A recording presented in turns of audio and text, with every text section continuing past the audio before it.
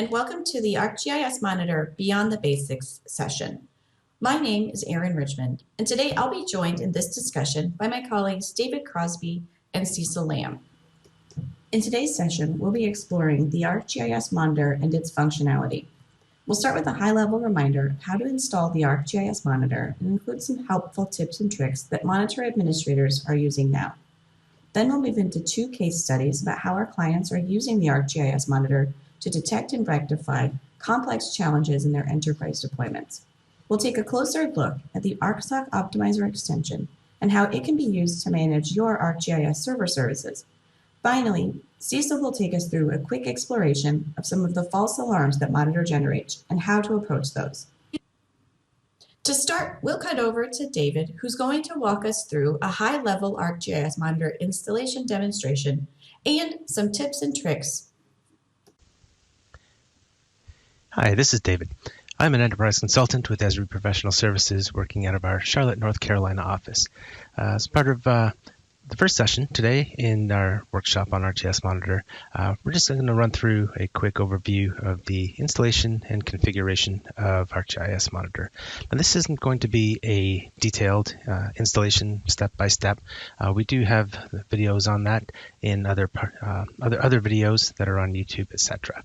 The point of this session is more just to give you some high-level tips, tricks, and best practices for your initial configuration before we go on to the really important things with ArcGIS Monitor, which will be analyzing the data and solving some problems that are evident in the system through analysis of the data in ArcGIS Monitor. First thing I want to start with is just to mention that the installation documentation and system requirements for ArcGIS Monitor are very, very good, very, very thorough. You're going to want to start with the ArcGIS Monitor system requirements documentation, which is online at the address on your screen. You're going to want to make sure that you're following the operating system requirements and all of the other requirements for ports and things that are mentioned in this documentation. A couple of things that you really want to watch out for, though, is the requirement for a dedicated machine that has 4 CPU cores and 16 gigabytes of RAM provisioned in it. As you have more and more counters that you are configuring with ArcGIS Monitor, you'll see that it is very CPU intensive. It takes a lot of CPU work to record the data and record that into the Mongo database. So to avoid being disappointed with the performance of the software, you're going to want to make sure that you provision enough CPU cores per the recommendation, and also that you run it on a dedicated machine. Very important that you don't run ArcGIS Monitor on a machine that's also in your production deployment, a portal machine, an ArcGIS server, or something like that. The other thing I want to point out in this documentation here are the database requirements for the Monitor server application. In the back end, behind the scenes, ArcGIS Monitor stores its data and retrieves its data from a MongoDB database. Very important here is to mention that the supported versions are 4.0.x, 3.6.x, or 3.4.x. You're going to want to make sure that you don't just grab the most recent version from the MongoDB website when you're doing your install. It is a prerequisite that you get the MongoDB software before installing the rest of the ArcGIS Monitor, and I do recommend that you go there by following the link in the documentation, this link right here. When you do, it'll take you to the download center for Mongo database. By default, it's going to show you the current version of ArcGIS of Mongo database. You're going to want to not choose that version. You're going to want to drop down and choose the version 4.0. That's the most recently supported version by ArcGIS Monitor, and in fact, the newer versions will not work with ArcGIS Monitor. Another thing to watch out for is that you're downloading the MongoDB community server. Even though the enterprise server will work, by downloading the community server edition, you're not going to have to provide an email address or register or anything like that. You'll just be able to download the software directly to your machine and install it. Again, as a prerequisite before installing ArcGIS Monitor, you're going to need to install the MongoDB. Another thing to watch out for is during the install, just to uncheck the box for install MongoDB as a service option. This will make it a very straightforward click-through installation after executing the download, and then all the configuration of Mongo will actually be handled by ArcGIS Monitor when you get to that install step. Another quick tip is there will be an option to install the MongoDB Compass software when you're installing MongoDB. Even though you could install it, it isn't necessary to work with ArcGIS Monitor, and it's probably just preferred that you don't, because there won't be any interaction directly with you, the user, with the Mongo database. It will be all with ArcGIS Monitor. So once you've got all the system requirements met and you've installed MongoDB, then you're going to want to go to the documentation for installing ArcGIS Monitor itself. Installation of ArcGIS Monitor is, again, a very straightforward installation. The instructions here are step by step. Following these instructions, you should have no trouble installing the software whatsoever. It does use the software authorization wizard the same way a number of other Esri products do. So you will need to have a provisioning file or a ECP number that's specific to the version of Monitor that you're installing. So that number is going to be different for 10.7.1 versus 10.8.1, for example. And if you are doing an upgrade of the software, you will need to get new key codes for the new version of the software that you're going to be installing. Once you've installed the software, then you're able to log in and configure your counters. The default counters here in ArcGIS Monitor are listed here. The ones that we're going to be configuring as part of our quick demonstration today are the system counter, the process counter, and the ArcGIS counter. Now, depending on what you have in your deployment, you probably do want to make use of a number of the other counters that are in here. Portal counter, for an example, could be a very important one. The HTTP counter to monitor response times and response sizes from any URL. That could be another important one. You could set that up to monitor a health check function, for example. And the database counters. Those are often implemented and very important as well.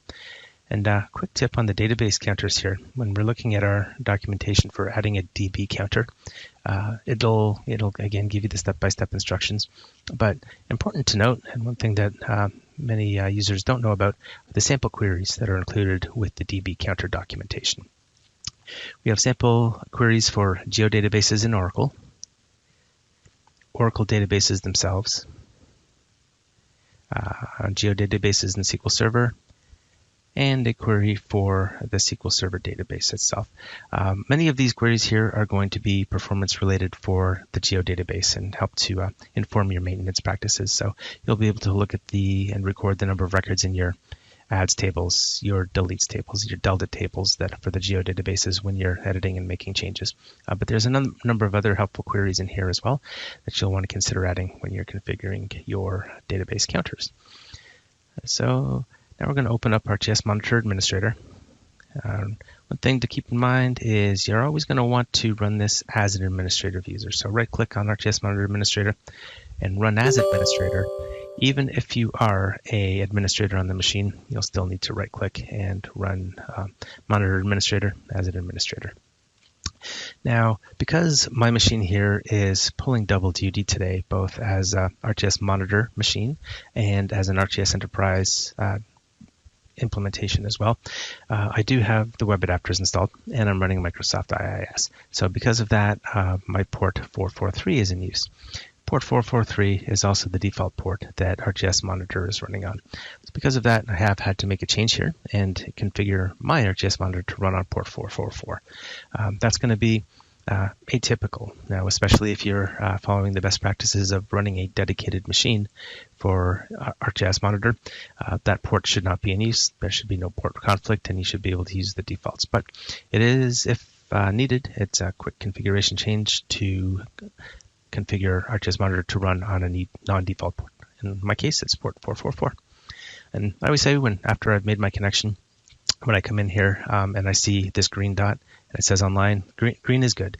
If something were offline or not working, you would see a red dot here and it would say offline. But looks like we're in good shape. We're online, so I'm going to click open and go into my ArcGIS Monitor Administrator.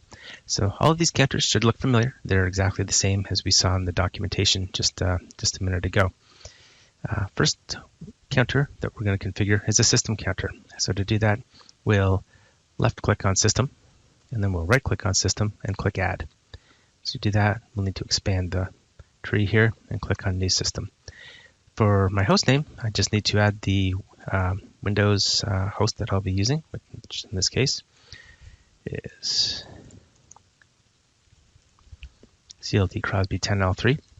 And I'm going to want to choose, I'd like to choose a 1 minute sample interval for systems because CPU, memory, network in and out, disk use can be so variable. I like to have a really short monitoring interval for that so that I capture as much information as possible. Another thing to keep in mind is that all of the target machines that I want to be monitoring the hardware resources for need to have an administrator on that machine that's running the Windows service that's running Monitor. Let me show you what I mean here. If I go to my services here in my task manager, I'll see that I've got 2 services that are dedicated to ArcGIS Monitor. The first service that I've got here is just the ArcGIS Monitor server. That's the default server that runs the background service that runs the background processes for ArcGIS Monitor. The second one is created as during the configuration of ArcGIS Monitor. You can see that this one is running as a specific user. The best practice here is to run this service as a user that is an administrator, a domain user that's an administrator on each of the target machines in the deployment. That way, Monitor is able to capture the CPU information, memory, and everything else from the Windows WMI. So as part of the configuration, it'll walk you through setting up this service to run as a user who's an administrator on the target machines. But because I've got that prerequisite done, I've added my host name here, chosen my interval. I'm always going to want to test out my counter after I've created it. It's going to go through a actual collection. It's going to bring back some data, and if it's successful, if there's no errors, invalid credentials, or there's no firewall port issues or anything blocking the communication, it will have a good test, and it'll come back green, and it'll bring me back some information about this dedicated machine here where I'm running ArcGIS Monitor. Another tip I like to provide is that I always like to monitor the ArcGIS Monitor machine itself. So as you're setting up your system counters, add one for ArcGIS Monitor 2. That will allow you to know, maybe you do need to add some CPU resources to it. It'll give you an idea of just how busy that machine is. You can see here the test has passed, and it's brought back some data on my processor use and other things that it's captured from the Windows WMI. Always click Save after you make any changes in ArcGIS Monitor. I like to just click the Save button here, but you can also do a save from the File menu if you'd like. The second counter that we're going to configure is a process counter. This one relies on having a system counter already. So having a system counter is a prerequisite for the process counter. So again, left click and right click and click Add, and expand this, and then you can see that because I've added a system counter, I already have a host in my drop-down box here. If I had multiple system counters, I would see multiple hosts in my box. Even though this doesn't look like a button, this is a button that will query the host for the list of processes, and one that I always like to configure is ArcSoc. As you know, an ArcSoc process relates to your map services and other GIS services that are running on the machine.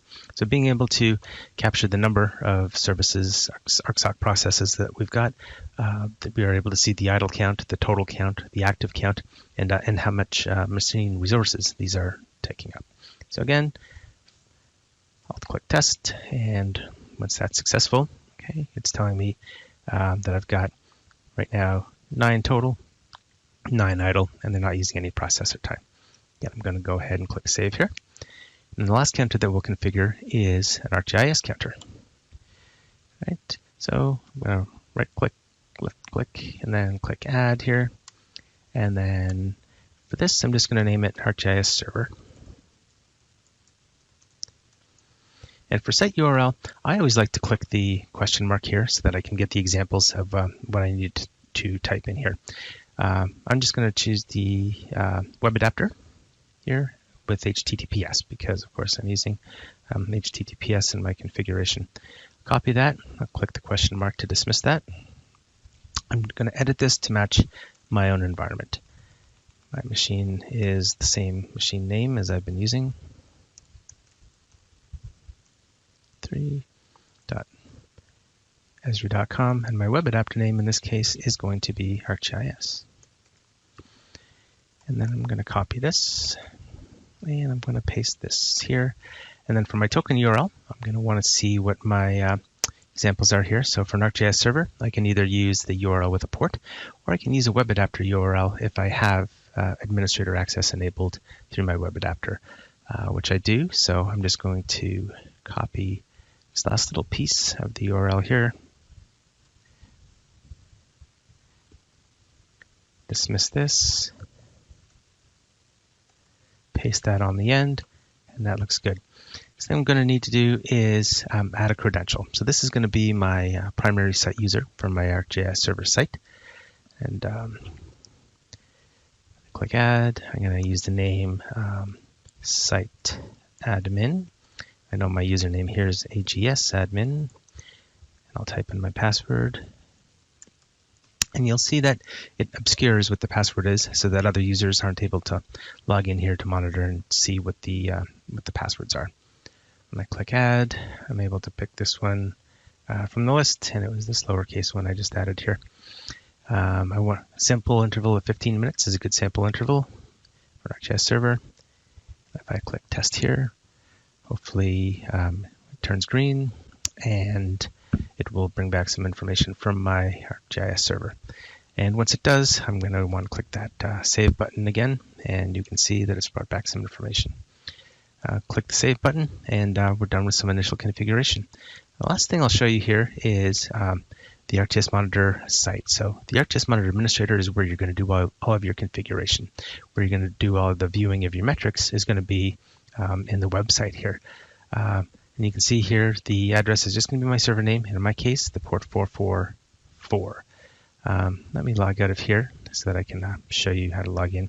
The user, default user that we set up during the install is site, and the default password is always going to be ArcGIS Monitor, and that may be changed if you'd like. And then once I log in here, a couple of tips is that if I click on categories, I'm able to see a list of different categories that I can view.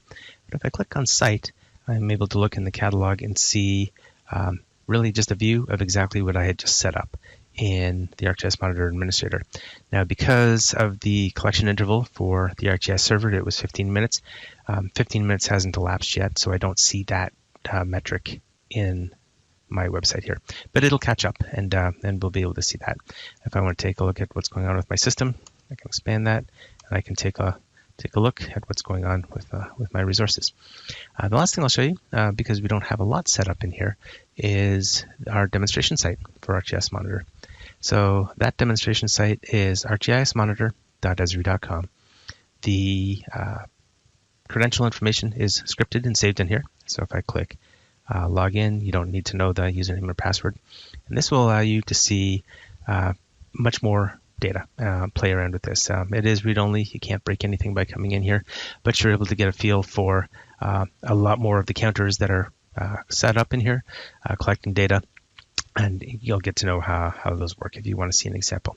So that's all I've got for you right now. Thank you very much.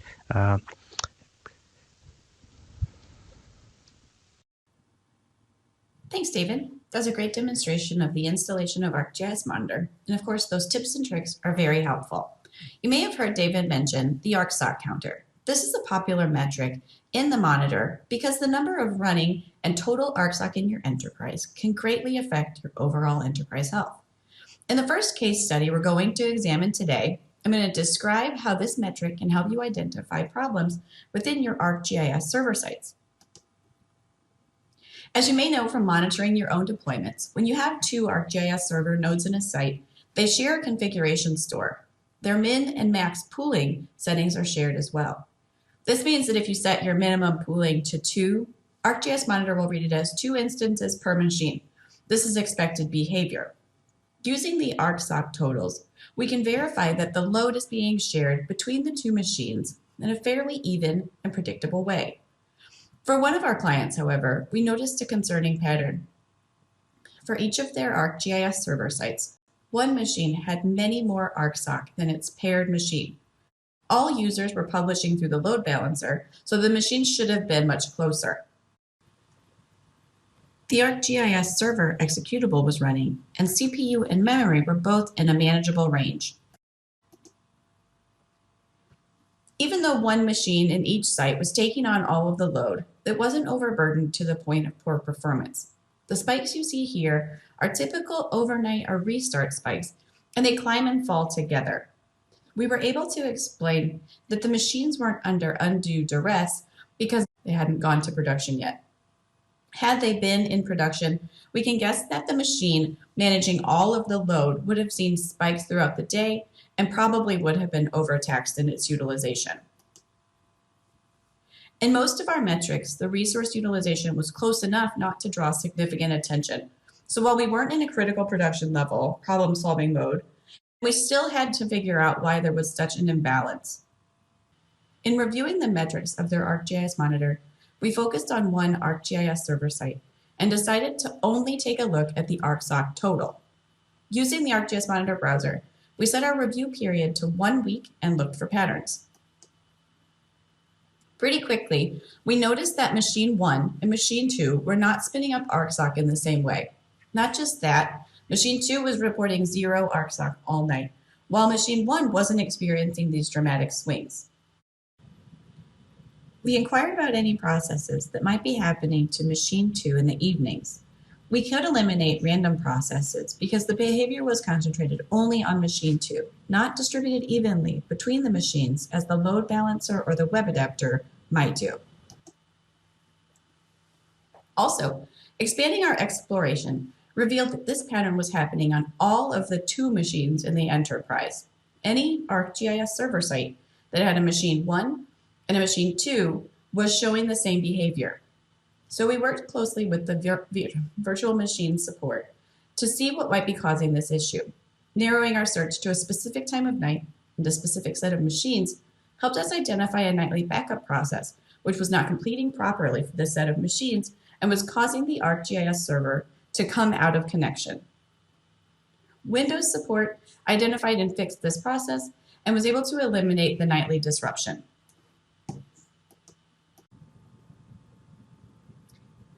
Next, I'd like to talk about ways to extend your ArcGIS Monitor deployment. Specifically, I'd like to focus on configuring and using the ArcSoc Optimizer tool.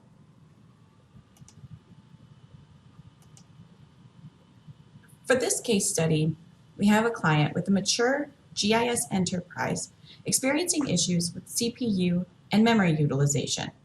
Count of services in the site is around 260, but the total min instances equal just over 600, which pushes the limits of what an ArcGIS server machine can do, especially without changes to the machine's heap size.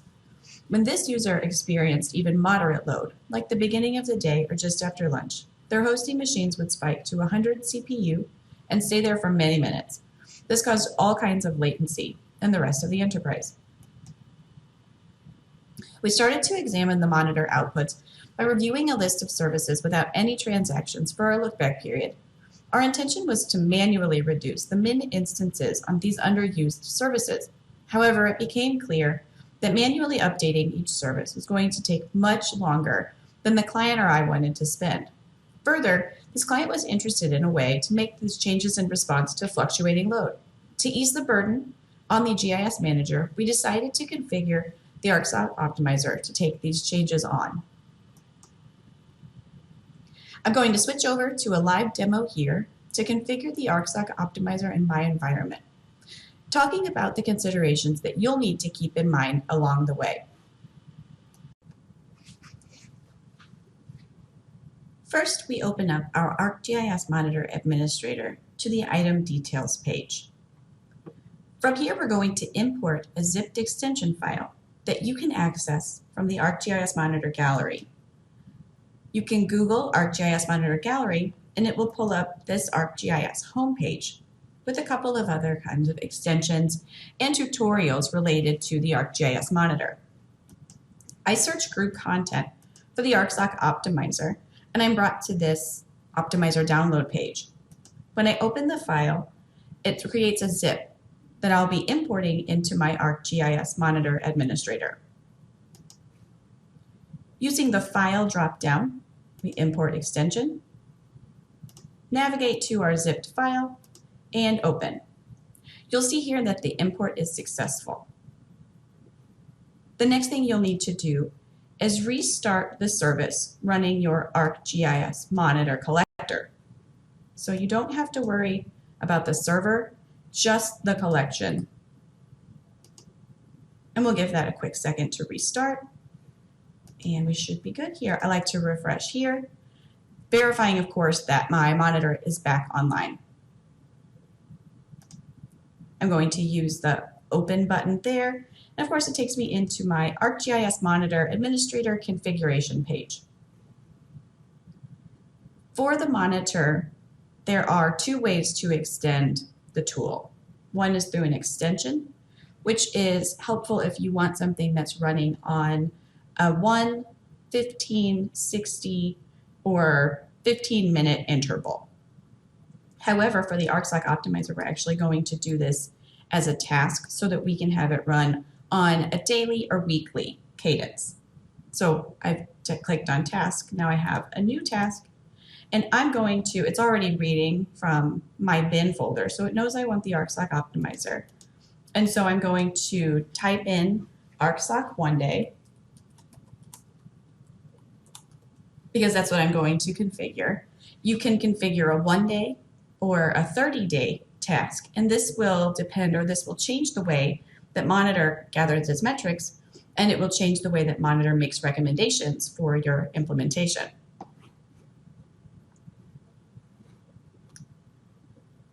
Coming down to mid-screen, we'll look at the program. There's a hint of where this is, but if you just use the little ellipses here, it'll take you right into that bin folder. I always pin the bin folder as well because it's kind of a long jog to get there. Regardless, I'm going to pick the application, happiness, and I'm going to pick my 1 day JSON.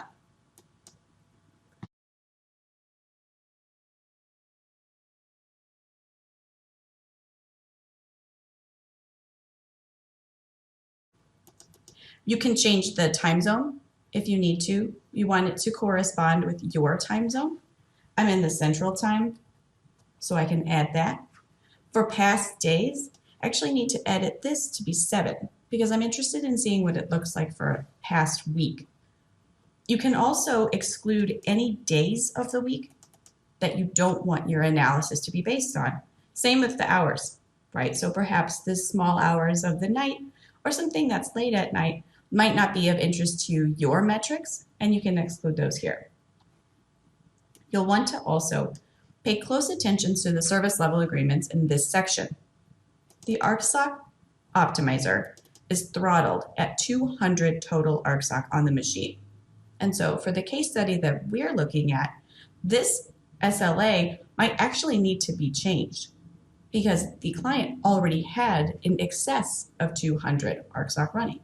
We need the ArcSoc Optimizer to be able to see the whole universe inside of this machine. So we would make that adjustment. For the demonstration today, I don't need to. You'll see why I have a very small deployment that we're using as an example. Another element that you might need to think about are the free gigabytes of memory that the ArcSoc Optimizer will leave behind. This service level agreement is designed to keep the ArcSoc Optimizer from using up all of your resources. We leave it at 4 in a typical deployment, but if that doesn't make sense for your environment, you can, of course, adjust this. Going to save that change, made the change to the time zone and the look back days, and confirm that open file. The site URL that I'm using is the same that I've already entered for ArcGIS Server. So I'm just going to copy that out and paste it right here into the ArcSoc task. My token URL, same. This is a federated server, so I'm going through portal sharing, and I'm going to paste that down as well. It's important for the functionality of the ArcSoc Optimizer that you have an ArcGIS Server entry in the ArcGIS Server collection metric. This ArcSoc Optimizer will actually check that the ArcGIS Server entry is there. So it's important to have those both in place. The other element that the ArcSoc Optimizer is checking, you might have caught on to this when we were looking at the configuration file, but it's looking at memory.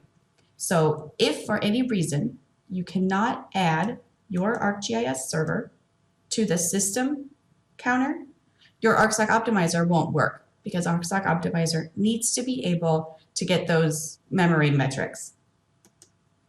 As long as you have those two elements, ArcGIS server and system, your ArcSoc Optimizer should be able to complete. For the mode, you have a choice between list or edit. List gives you back an output like a prescription of what the ArcGIS Monitor would do. Edit is a live edit. So you have to keep that in mind. If you were to enter the edit mode and then test the ArcSoc Optimizer, it would actually begin to make some changes. So you have to be really careful when you're configuring this, especially if you're doing the changes against a production environment and, of course, during the work hours. I'm going to enter the word default into cluster, and I'm going to select my credentials. The Enterprise admin credential is my primary site administrator account. This allows the monitor to have the rights to do this. The ArcGIS Monitor credentials are the credentials that you use to sign in as the primary site administrator for ArcGIS Monitor. These were established during your installation period. They're probably site, and then maybe you changed the out-of-the-box one, but you may have to check with the person or persons who installed your ArcGIS Monitor. Finally, we're going to establish a schedule for the ArcSoc Optimizer. Since this is the one-day task, I'm not going to run it all days and all hours. I'm going to pick a day. Most of the time, I'm going to do this off of business hours. That might not always make sense for you, but for me, it makes sense here. So we're going to do Sunday, 3 a.m. Not a lot of work going on with my demo GIS at Sunday, 3 a.m. Once I add my schedule, my test button is live red.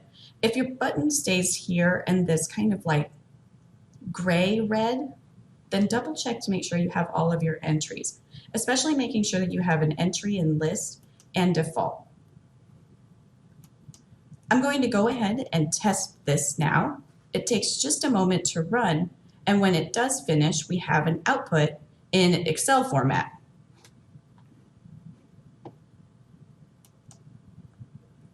Our test was successful, and like everything in ArcGIS Monitor, you're going to get this test button to turn green, save your changes. In fact, I also like to go to File, Save, and then I close out just to be sure that I don't make any additional changes.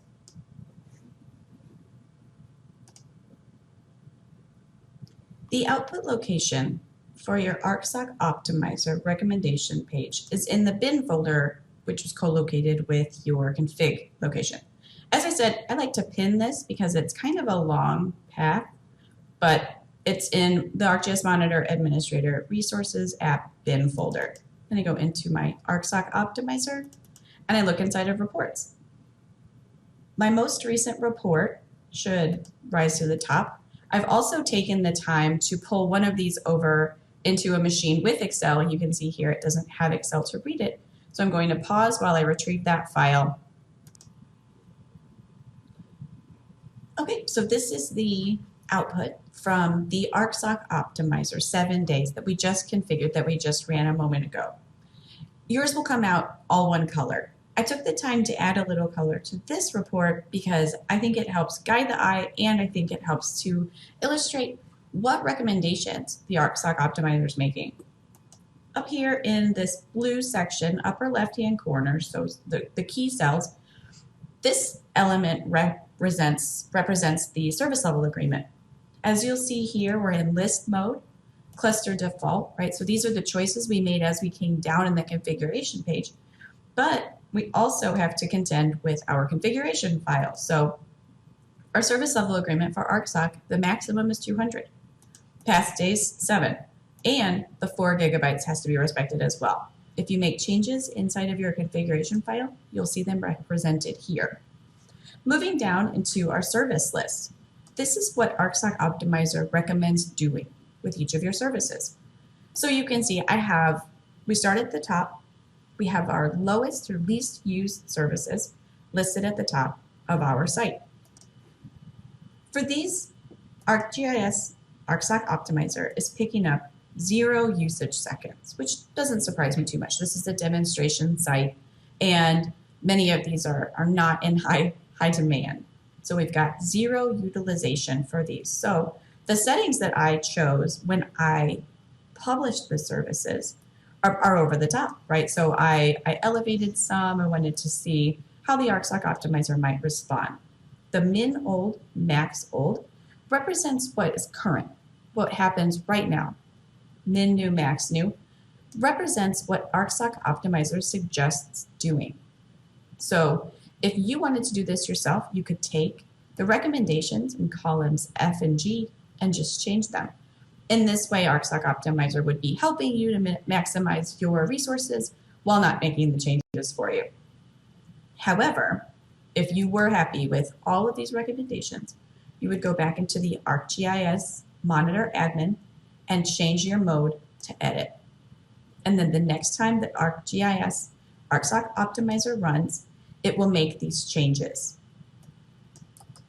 These are, sorry, I'm going to hide column J and K because right now we're in list mode, nothing's getting edited, and so there's no minimum delta, there's no changes. But I wanted to show what this other element is. So the ArcGIS count is tied to the SLA, the total ArcGIS allowed. And as the ArcGIS Optimizer is making changes, this number may fluctuate. It may rise and fall, but as long as it stays inside of your ArcGIS SLA, then your ArcGIS Optimizer should function properly. Same goes for memory free.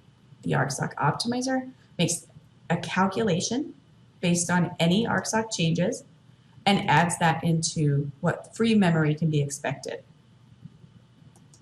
Finally, the comments will say why the ArcGIS Optimizer did or did not make the changes to the site. And so again, I'm in list mode, so we're just reporting back, but the comments would kind of give us a better indication of what we could expect if we were to set to execute. Finally, I'll pop down to the bottom. So we do have a little bit of utilization. And so for the services highlighted on the screen now, 3 are excluded because there are some folders that the ArcGIS Optimizer, again, these are in the configuration file, they exclude. The ArcGIS Optimizer does not go in and change your utilities, your system, or hosted services, because again, this is dealing with ArcGIS, and hosted services do not go through the ArcGIS process. So it will look at the utilization, and it will report back on the utilization, but it will exclude these services from changes. Here we have a couple of services that fit into an ArcGIS Optimizer recommendation. And so again, if I were to change these to list, it would make some changes to my site, restart each of these services, and then my site would come into alignment with the demand of my users. And so that's the output for the ArcGIS Optimizer 1 day. The 30-day is very much the same, although you run the 30-day once a week, and you need at least 30 days of metrics, right? So if you've just started your ArcGIS monitoring and you only have a couple of days, start with the 1-day task and maybe just stage the 30-day task for when you have enough metrics to make certain decisions, especially based on 30 days of utilization. And that's my demo for the ArcGIS Optimizer. I did want to circle back really quickly, however, and talk about the ArcGIS Monitor gallery.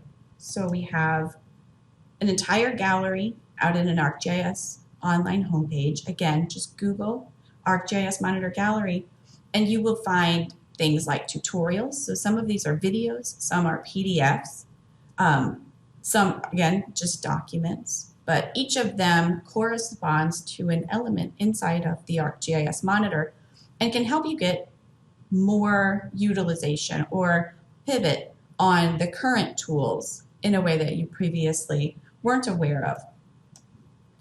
There are log parsers available as add-ons, and you can also monitor SSL certificates. You can monitor file reads and writes, and so forth. So it's an interesting place to come if you're curious about the ways in which you might be able to extend your ArcGIS Monitor deployment. Thanks for joining me today. Up next, Cecil Lamb with a breakdown of some of the false alarms that you might encounter in your ArcGIS Monitor. In this section of the presentation, I'm going to take a few minutes to discuss some of the false alarms that can occur with ArcGIS Monitor counters. These are not really false in the true sense of the word. Perhaps unintended alerts would be more accurate. It's a fairly reasonable guess that most of you attending this session have experienced one or more of these alerts. Among the alerts I am speaking about, the most common are system counter alerts. These seem to happen with a specific frequency. Those are followed by database counter alerts from either specific database SQL queries that you constructed, or those that are part of the EGDB SQL extensions to ArcGIS Monitor for your specific database. There are also less frequent alerts that usually do not appear as consistently due to the sampling interval of the specific counters. The most common system counter alerts are for CPU and/or disk utilization exceeding 80%. The most frequent cause is the ArcGIS Web Service recycling time. The default for the recycling time is midnight, and if you have 40 or 50 services all recycling at once, this can result in sustained utilization greater than 80% for the CPU and/or disk counter, triggering an alert. To mitigate the impact of the services recycling, stagger the recycle times when publishing the services or afterwards to not overwhelm the system. Other causes of various system counter alerts can be scheduled VM restarts, file system backups, and full file system antivirus scans. If you're specifically making SQL queries against your enterprise geodatabase, or utilizing the EGDB SQL extension to monitor performance, activity, and status of your enterprise geodatabase, alerts to these counters can be triggered by regularly scheduled ArcGIS geodatabase maintenance operations such as compress and analyze. They can also be caused by standalone database backups that require a pause of the database. Once again, VM restarts, file system backups, and scheduled full file system antivirus scans taking place on a database server can be the underlying cause of the database alerts, just like they were for system counter alerts. Knowing if these actions take place on a regular schedule can help with determining if an alert is expected behavior or a genuine issue that needs to be addressed. Alerts caused by the processes we just described on the previous slides can also be the cause of cascading alerts, depending on your configuration of other ArcGIS Monitor counters. If your ArcGIS services are slow to recycle, you may get an alert for a specific service being unavailable. This can cascade into an application accessing that or another of the recycling services to time out, resulting in another alert. And finally, if you've set up custom HTTP counters to ensure that an ArcGIS service is accessing and returning data, the previously discussed root cause issues could cause those to send an alert as well. To sum this section up, planning and knowledge is key. Be aware of the regularly scheduled maintenance tasks controlled by the ArcGIS administrators, including web service recycling times and geodatabase compress and analyze sequences.